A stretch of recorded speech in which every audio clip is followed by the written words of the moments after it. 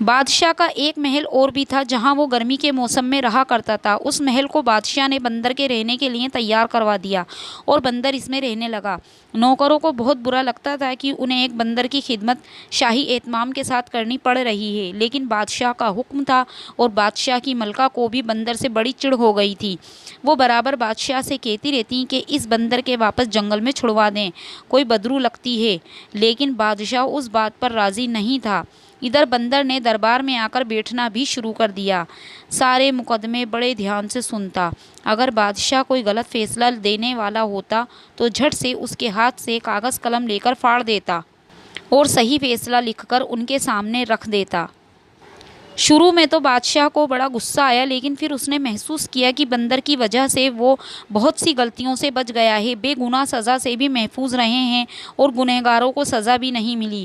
اور بھی کئی ایسے فیصلے کرنے میں بندر نے مدد کی جو بادشاہ اور اس کی سلطنت کے لیے فائدہ مند تھے۔ دھیرے دھیرے بادشاہ اپنے سبھی فیصلے اور احکامات صادر کرنے سے پہلے بندر کو دکھانے لگا۔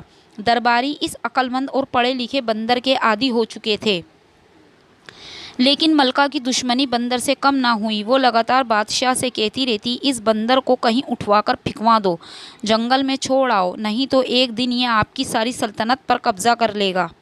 ہمارا کوئی بیٹا نہیں ہے جو ہماری مدد کر سکے، یہ آپ کو ہٹا کر خود راج گدی پر بیٹھ جائے گا۔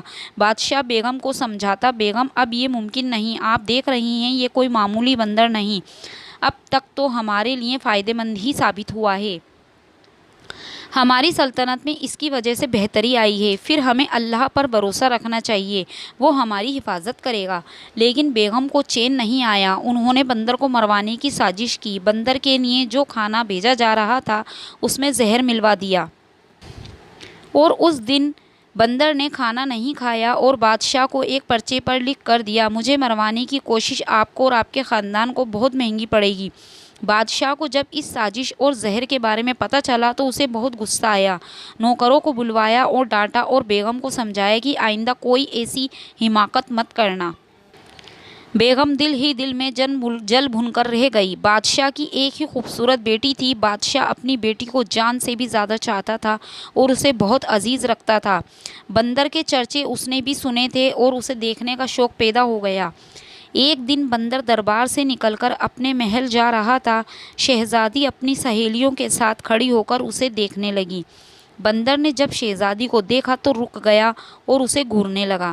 شہزادی بندر سے ڈر کر محل میں بھاگ گئی اور اس دن سے یہ ہونے لگا کہ ہر روز جب شہزادی بن سنور کر آئینہ دیکھتی تو پیچھے سے بندر کا چہرہ نظر آ جاتا۔ بندر نہ جانے کیسے اس کے کمرے میں گھسا رہتا، شہزادی کو ڈر کے مارے بخار چڑھ جاتا۔ پھر کئی دن بندر اس کے کمرے میں نہیں آیا۔ جب شہزادی ٹھیک ہو گئی تو پھر بندر نے اپنا شروع کر دیا۔ اس نے پرچہ لکھ کر شہزادی کے ہاتھ میں تھمایا اور پرچے میں لکھا تھا کہ تم مجھ سے شادی کرو گی؟ یقین کرو میں بھی بہت خوبصورت ہوں۔ شہزادی جانتی تھی کہ یہ تہذیب مند بندر ہے، مجھے کوئی نقصان نہیں پہنچائے گا، لیکن اس کا ڈرنا بھی قدرتی تھا۔ دھیرے دھیرے شہزادی کا ڈر ختم ہو گیا، اسے اس بندر سے ہمدردی ہو گئی۔ وہ سوچتی اتنا مہذب، سمجھدار اور پڑھا لکھا ہے، میرے والد کو اس نے کئی خطروں سے بچا لیا ہے، ہم پر اس کے بڑے احسان ہیں، اور اگر اللہ نے اسے بندر کی صورت دے دی ہے تو اس کا کیا قصور۔ اب شہزادی اس بندر سے ڈرتی نہیں تھی، وہ تھوڑی دیر اس کے کمرے میں رکتا اور اسے دیکھتا اور پھر چلا جاتا۔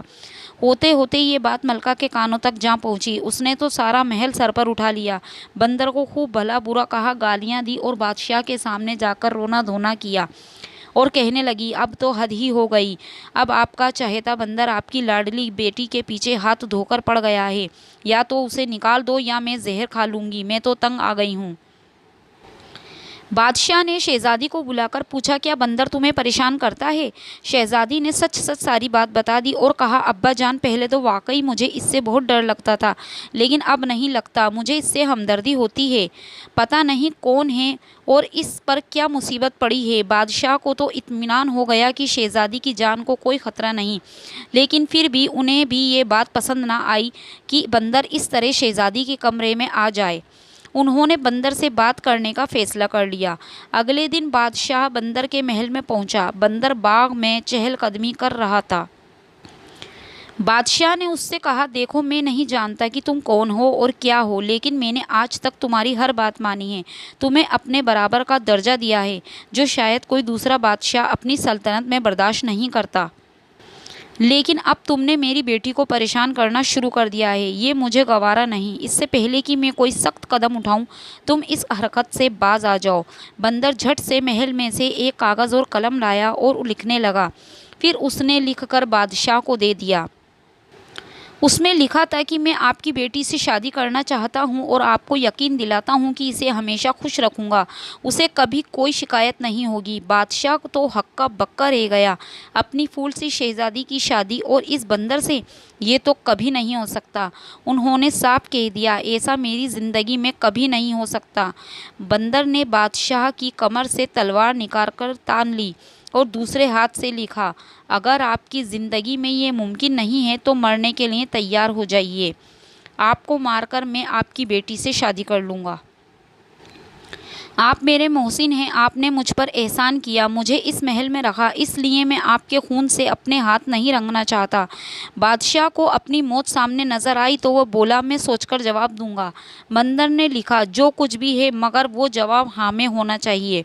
بادشاہ بیچارہ محل میں واپس آ گیا، بڑا سخت پریشان تھا، ایک طرف بیٹی تھی اور دوسری طرف اپنی زندگی، کیا کرتا کیا نہ کرتا۔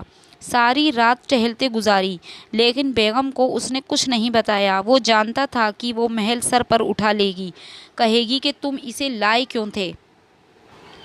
صبح ہوئی تو فیصلہ کر چکا تھا کہ وہ کبھی اپنی بیٹی کی شادی اس بندر سے نہیں کرے گا۔ اپنی بیٹی کو بندر سے بیانے کی بجائے وہ اپنی جان دے دے گا۔ کچھ نصیحتیں اور وصیتیں کرنے کے لیے وہ شہزادی کے پاس گیا اور اسے سمجھانے لگا کہ کل اگر اسے کچھ ہو جائے تو اسے کیا کرنا چاہیے، اپنی ماں کو کیسے سنبھالنا ہے اور سلطنت کے کاموں کو کیسے دیکھنا ہے، کون کون وفادار لوگ اس کی مدد کر سکتے ہیں۔ شہزادی نے آنکھوں میں آنسو بھر کر کہا، ابا جان، آج آپ کیسی باتیں کر رہے ہیں، اللہ آپ کا سایہ میرے سر پر ہمیشہ سلامت رکھے۔ انشاءاللہ آپ 100 برس جئیں گے اور حکومت کریں گے۔ بادشاہ نے شہزادی کو سمجھایا اور بولا، بیٹی وہ بندر میری جان کے پیچھے پڑ گیا ہے، کہتا ہے یا تو تمہاری بیٹی سے شادی کروا دو یا وہ مجھے مار ڈالے گا۔ میری زندگی میں تو یہ ممکن نہیں کہ میں تمہیں اس بندر سے بیاہ ڈالوں۔ تمہاری ماں اسے مارنے کی کئی ترکیبیں کر چکی ہے، لیکن وہ آج بھی زندہ سلامت ہے۔ وہ بہت چالاک ہے، میں آج اس کو صاف جواب دے دوں گا اور شاید وہ فوراً ہی مجھے مار ڈالے۔ تم اپنی ماں کے ساتھ تہہ خانے میں چھپ جانا اور اس وقت تک نہ نکلنا جب تک وہ بندر مایوس ہو کر چلا نہ جائے۔ شہزادی کہنے لگی، ابا جان، آپ کی جان اتنی فالتو نہیں ہے کہ آپ صرف میرے باپ ہی نہیں ہیں، اس سلطنت کے بادشاہ بھی ہیں۔ آپ کی رعایا کا آپ پر کچھ فرض بھی ہے، رعایا کو کون دیکھے گا؟ آپ جا کر بندر سے رشتے کے لیے ہاں کر دیجئے، تقدیر کی ہونی کو کوئی نہیں ٹال سکتا۔ اگر میری قسمت میں یہی لکھا ہے تو وہ آپ کے مرنے کے بعد بھی ہو کر رہے گا۔ بادشاہ مان گیا، حالانکہ اس کا دل پریشان تھا لیکن مجبور تھا۔ جا کر بندر کو اپنی رضامندی سنائی۔ بندر نے کہا، آپ شادی کی تیاریاں کیجئے۔ ملکہ کے کان میں جب یہ بات پہنچی تو اس نے آسمان سر پر اٹھا لیا، بہت روئی دھوئی، جان دینے کی دھمکیاں دی، بال نوچے، کپڑے پھاڑے، لیکن ہونی کو کون ٹال سکتا تھا۔ نکاح والے دن بادشاہ نے ملکہ کو ایک کمرے میں بند کر دیا اور شادی ہو گئی۔ شہزادی رخصت ہو کر بندر کے محل میں چلی گئی۔ تب ابا جان کو کھولا گیا، بہت بوال کیا، روئی پیٹی، لیکن اب کیا ہو سکتا تھا۔ اگلے دن صبح جب شہزادی محل میں آئی تو بہت خوش تھی، سب بہت حیران تھے۔ اس کی اماں نے اسے گلے لگا کر رونے کا ارادہ کیا، لیکن بیٹی نے کہا، اماں، اب رونے دھونے کا کوئی فائدہ حاصل نہیں ہے، جو میری قسمت میں ہو گیا وہ ہو گیا، میں خوش ہوں۔ اماں کی تو حیرت کی انتہا نہ رہی، وہ بولی، تو اس بندر کے ساتھ خوش ہے؟ شہزادی بولی، ہاں میں خوش ہوں، اب رونا دھونا بند کرو۔ شہزادی دن میں باپ کے محل میں رہتی اور شام کو اپنے محل میں چلی جاتی، خوشی اور اطمینان اس کے انگ انگ میں پھوٹ رہا تھا۔ بیٹی کو خوش دیکھ کر بادشاہ بھی مطمئن ہو گیا تھا، لیکن اماں جان کو یہ بات کسی طرح ہضم نہیں ہو رہی تھی کہ ان کی بیٹی بندر کے ساتھ کیسے خوش ہے۔ ایک دن اماں نے چھان بین کرنے کی ٹھان لی۔ رات کو انہوں نے نوکرانی کی چادر اوڑھی اور بندر کے محل کی طرف نکل گئی۔ عام طور پر رات کو بندر اپنے محل کا دروازہ اندر سے بند کر لیتا تھا، لیکن اتفاق سے اس دن پتہ نہیں کیسے دروازہ کھلا رہ گیا۔ اماں جان چپکے سے اندر گھس گئی۔ شہزادے کی خوابگاہ کا دروازہ بند تھا۔ اندر سے ہنسنے بولنے کی آوازیں آ رہی تھیں، کسی مرد کی آواز بھی تھی۔ اماں جان نے مارے تجسس کے تالے کے سوراخ سے جھانک کر اندر دیکھا۔ اندر مصہری پر شہزادی کے پاس ایک خوبصورت شہزادہ نما نوجوان بیٹھا تھا۔ دونوں ہنس ہنس کر ایک دوسرے سے باتیں کر رہے تھے۔ اماں جان میں دل میں سوچا، اچھا یہ بات ہے، تبھی میں کہوں میری بیٹی اتنی خوش کیسے رہتی ہے۔ پھر وہ جانے کو پلٹی تو ایک طرف بندر کی کھال دکھائی دی۔ اماں نے سوچا، جب اتنا خوبصورت جوان ہے تو یہ موٹی کھال اپنے اوپر کیوں پہن رکھتا ہے اور بندر کیوں بنا رہتا ہے؟ اگر میں اس کھال کو جلا دوں تو یہ پھر کبھی دوبارہ بندر نہیں بن سکے گا۔ یہ سوچ کر وہ بندر کی کھال اٹھا کر محل میں لے گئیں۔ آ کر اسے آگ لگا دی۔ ادھر کھال میں آگ لگی اور ادھر شہزادہ جلنے لگا۔ بچاؤ بچاؤ کہتا ہوا بھاگا اور غائب ہو گیا۔ حیران پریشان شہزادی محل میں پہنچی تو دیکھا کہ کھال جل رہی ہے۔ اس نے جلدی جلدی آگ بجھائی، دیکھا کہ اس کی اماں جان کی کارستانی ہے۔ ہائے اماں جان، آپ نے یہ کیا کیا؟ میرا سہاگ اجاڑ دیا۔ کیا دشمنی تھی آپ کو مجھ سے؟ اماں جان بولی، مجھے کیا پتا، میں نے تو سوچا نہ کہ یہ موٹی کھال رہے گی اور نہ ہی تمہارا دولہا اسے پہنے گا۔ شہزادی کا روتے روتے برا حال ہو گیا۔ بولی، ماں آپ سے کہا تھا نا کہ مجھے میری تقدیر پر چھوڑ دو، لیکن آپ کو بھی چین نہیں تھا۔ اب ٹھنڈک پڑ گئی آپ کے دل میں؟ اماں جان چور سی بن گئی، خود اپنے ہاتھ سے بیٹی کو برباد کر دیا۔ بادشاہ کو پتہ چلا تو انہوں نے دور گھوڑے دوڑوائے، لیکن کہیں سے بندر شہزادی کی خبر نہ آئی۔ شہزادی کی حالت دیکھی نہیں جا رہی تھی، سوکھ کر کانٹا ہو گئی تھی، نہ کھاتی نہ پیتی، نہ ہنستی نہ بولتی۔ کچھ دن ایسے ہی گزر گئے، پھر شہزادی جوگن کے کپڑے پہن کر شہزادے کی تلاش میں نکل کھڑی ہوئی۔ جنگل جنگل، صحرا صحرا بھٹکتے پھرتے پاؤں میں چھالے پڑ گئے۔ جب رنگ روپ ماند پڑ گیا، ایک دن رات کو جنگل میں ایک پیڑ کے نیچے بیٹھی تھی۔ اس پیڑ پر ایک چکور اور ایک چکوری بیٹھے تھے۔ چکور دراصل ایک خوشنما پرندہ ہوتا ہے جس کی چونچ اور پنجے سرخ رنگ کے، اوپر کا حصہ سیاہ اور اس پر سفید چتریاں بنی رہتی ہیں۔ بہت خوبصورت پرندہ ہوتا ہے اور نر اور مادہ دونوں اس پیڑ پر بیٹھے ہوئے تھے۔ چکوری نے چکورے سے پوچھا، کیا بات ہے چکورے، تم اتنے اداس کیوں ہو؟ تو چکورے نے جواب دیا، کیا بتاؤں چکوری، یہاں سے یورپ کی طرف ایک شہر ہے، میں وہاں سے شہزادے کے لیے پریشان ہوں۔ اس کے سارے جسم پر بڑے بڑے آپلے پڑے ہوئے ہیں اور نہ وہ بیچارہ سو سکتا ہے۔ سارے طبیب اور حکیم ہار گئے ہیں، کسی چیز سے کوئی فائدہ نہیں ہوتا۔ چکوری نے پوچھا، شہزادے کی حالت کیسے ہوئی؟ چکورے نے کہا، کسی ظالم نے شہزادے کو جلا کر مارنے کی کوشش کی تھی۔ اس کی جان تو بچ گئی لیکن سارا بدن بری طرح سے جل گیا۔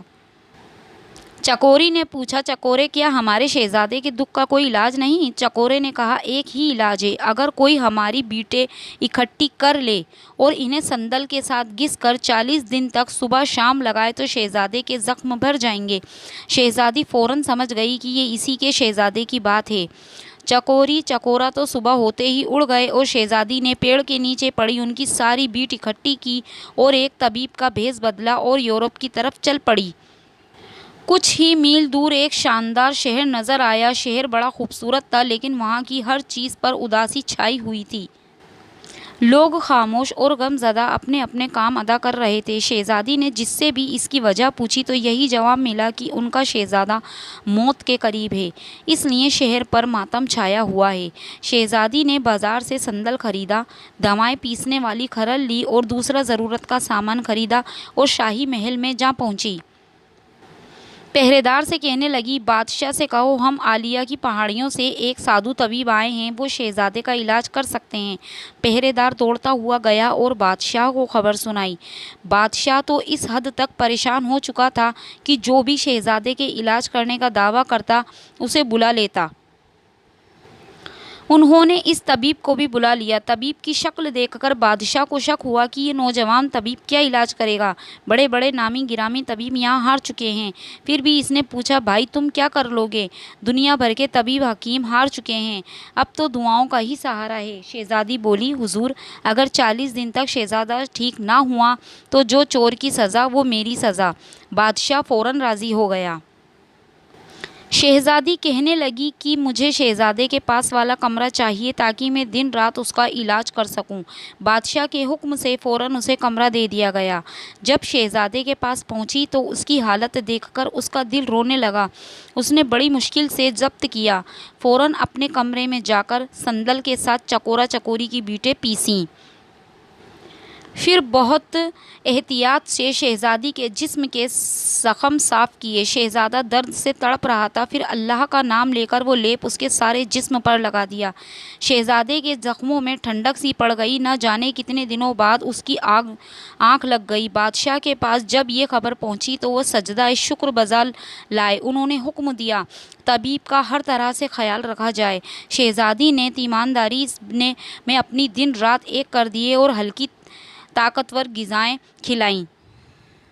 اس کے زخموں کو صاف کرتیں، صبح شام دبا کر لیپ کر دیتیں۔ ہفتہ بھر میں شہزادے کو اتنا افاقہ ہو گیا کہ وہ اپنے ارد گرد کی چیزوں پر دھیان دینے کے قابل ہو گیا۔ پگڑی اور داڑھی میں اسے یہ طبیب کچھ جانا پہچانا لگنے لگا، لیکن یاد نہیں آیا کہ کہاں دیکھا تھا۔ وہ طبیب اس کے سامنے بہت کم بولتا تھا۔ مہینہ بھر میں شہزادے کے زخم پوری طرح بھر گئے، لیکن ابھی کھال کچی تھی۔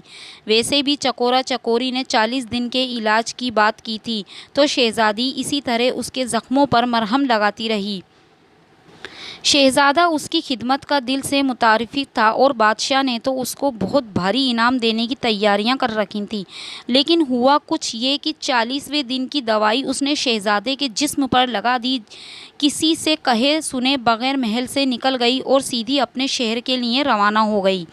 ہاں، اس نے شہزادے سے اس کی انگوٹھی ضرور مانگ لی تھی، لیکن اسے یہ پتہ نہیں چلا کہ وہ چلی جائے گی۔ ادھر محل میں شہزادے کے جشن صحت کی تیاریاں زوروں شوروں سے ہو رہی تھیں، لیکن طبیب کا کہیں پتہ نہیں تھا۔ شہزادہ پریشان تھا اور بادشاہ حیران تھا کہ کیسا نفیس آدمی تھا، ایک پیسہ اجرت کا لیے بغیر ہی خاموشی سے چلا گیا، نہ کسی انعام کا تقاضا کیا۔ وہ یقیناً اللہ کا بھیجا ہوا فرشتہ تھا جو ان کے بیٹے کو صحت اور نئی زندگی دینے آیا تھا۔ مکمل صحت یاب ہونے کے بعد شہزادے کو اپنی نئی نویلی دلہن کی یاد آئی۔ ابھی ان کی شادی کو دن ہی گزرے تھے کہ یہ مصیبت آن پڑی۔ وہ جانتا تھا کہ اس کی حالت کی ذمہ دار اس کی ساس تھی، لیکن اس نے یہ بات کسی کو نہیں بتائی۔ ایک دن وہ اپنے والد کی اجازت لے کر شکار کے بہانے سے نکلا اور سیدھا اپنے سسرال چلا گیا۔ اس نے شاہی لباس پہن رکھا تھا اور اس کے ساتھ فوج کا شکاری دستہ بھی تھا۔ نوکروں نے اسے پورے احترام کے ساتھ محل میں بٹھایا اور بادشاہ کو خبر دی۔ بادشاہ بیٹی کے غم میں وقت سے پہلے بوڑھا ہو گیا تھا۔ مہمانوں نے کھڑے ہو کر ان کو تعظیم دی۔ بادشاہ نے پوچھا، بیٹا تم کون ہو اور کہاں کے شہزادے ہو؟ میں نے تمہیں پہچانا نہیں۔ شہزادے نے ادب سے کہا، آپ بھلے مجھے نہ پہچانے، لیکن میں آپ کے محسن کو کیسے بھول سکتا ہوں؟ میں وہی بندر ہوں جس کو آپ نے اپنے برابر کا درجہ دیا تھا اور اپنی بیٹی سے میری شادی کی تھی۔ بادشاہ اس خوبصورت نوجوان شہزادے کو دیکھتا رہ گیا۔ کہا، وہ بندر اور کہاں یہ شہزادہ؟ اس نے حیرت اور خوشی سے پوچھا، لیکن یہ کیسے ممکن ہے؟ شہزادے نے کہا، میں اپنی کہانی آپ کو بعد میں سناؤں گا، اب کیا میں اپنی دلہن سے مل سکتا ہوں؟ بادشاہ نے کہا، وہ اب بھی اسی محل میں رہتی ہے جہاں تم رہتے تھے، اس نے تو دنیا ہی چھوڑ دی، تم شوق سے وہاں جا سکتے ہو۔ بادشاہ کو حیران و پریشان چھوڑ کر شہزادہ سیدھا محل میں آ گیا۔ شہزادی غم کی تصویر بنی بیٹھی تھی، پھولا سا چہرہ مرجھایا ہوا تھا، رو رو کر آنکھوں میں سیاہ حلقے پڑ گئے تھے۔ شہزادے کو اپنے سامنے کھڑا دیکھ کر اسے یقین ہی نہیں آیا۔ شہزادے نے کہا، ہاں شہزادی، تمہاری محبت مجھے کھینچ لائی۔ تمہاری ماں نے تو مجھے مارنے میں کوئی کسر نہیں چھوڑی تھی۔ میرا سارا جسم بڑے بڑے پھولوں سے بھر گیا تھا۔ میرے بچنے کی کوئی امید نہ تھی۔ شہزادی نے پوچھا، پھر آپ ٹھیک کیسے ہوئے؟ شہزادے نے جواب دیا کہ اللہ کا بھیجا ہوا ایک فرشتہ طبیب کی شکل میں میرے پاس آیا۔ 40 دن میرے زخموں پر مرہم لگایا اور میری ایسی خدمت کی کہ کوئی کسی کی نہیں کر سکتا۔ شہزادی نے پوچھا، تب تو آپ لوگوں نے اسے بہت انعام دیا ہوگا؟ شہزادہ بولا، نہیں، حیرت کی بات تو یہی ہے کہ سوائے میری ایک انگوٹھی کے اس نے کچھ نہیں لیا اور بغیر کسی کو بتائے چپ چاپ کہیں چلا گیا۔ شہزادی نے انگوٹھی دکھاتے ہوئے پوچھا، کیا یہی انگوٹھی تھی؟ شہزادے نے کہا، ہاں، مگر تمہارے پاس کہاں سے آئی؟ شہزادی کہنے لگی، وہ طبیب میں ہی تھی، تو پھر اس نے ساری داستان اسے کہہ ڈالی اور وہ کپڑے دکھائے جو وہ طبیب کے پیس میں پہنے رہتی تھی۔ شہزادے کی تو خوشی کی انتہا نہ رہی۔ وہ بولا، میں خوش قسمت ہوں کہ جو مجھے تم جیسی دلہن ملی۔ ماں نے جان لینی چاہی لیکن بیٹی نے جان بخش دی۔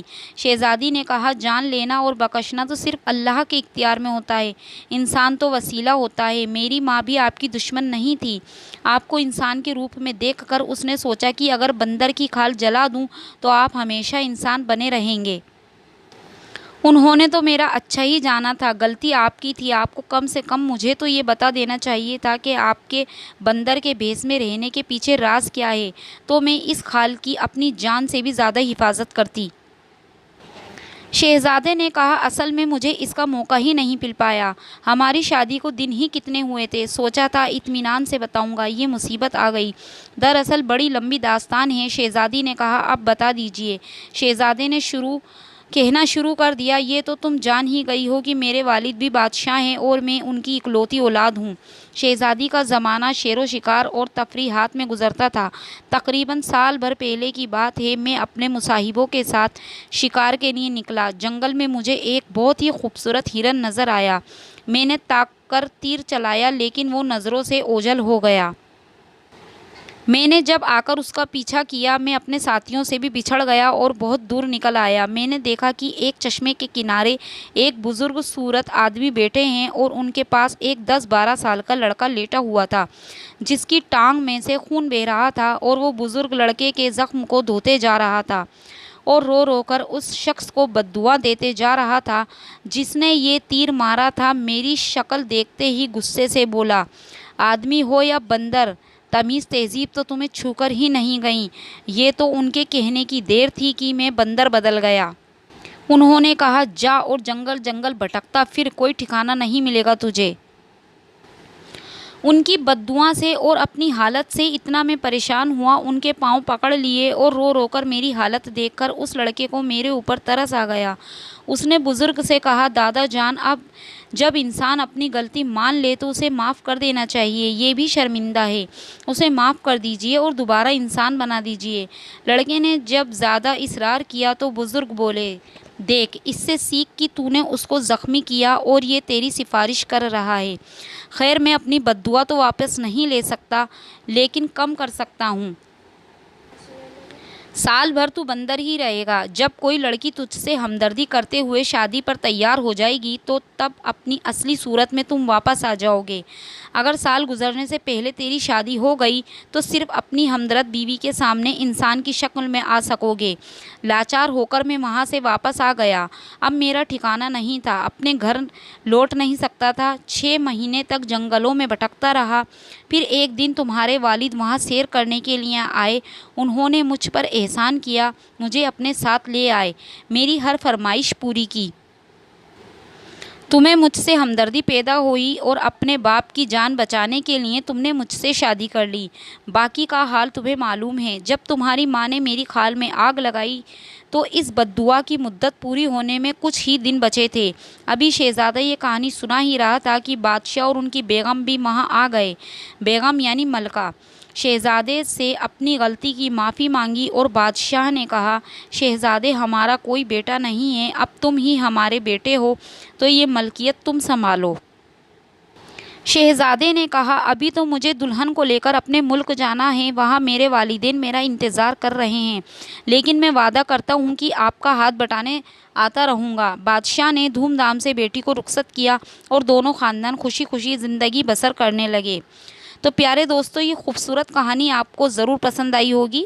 اگر آپ کو یہ آج کی کہانی اچھی لگی ہو تو اس کہانی کو لائک ضرور کیجیے گا، اور مزید ایسی ہی کہانیاں سننے کے لیے ہمارے چینل کو سبسکرائب کیجیے۔ تو ملیں گے اگلی ویڈیو کے ساتھ اور ایک اچھے قصے کے ساتھ۔ تب تک کے لیے اللہ حافظ۔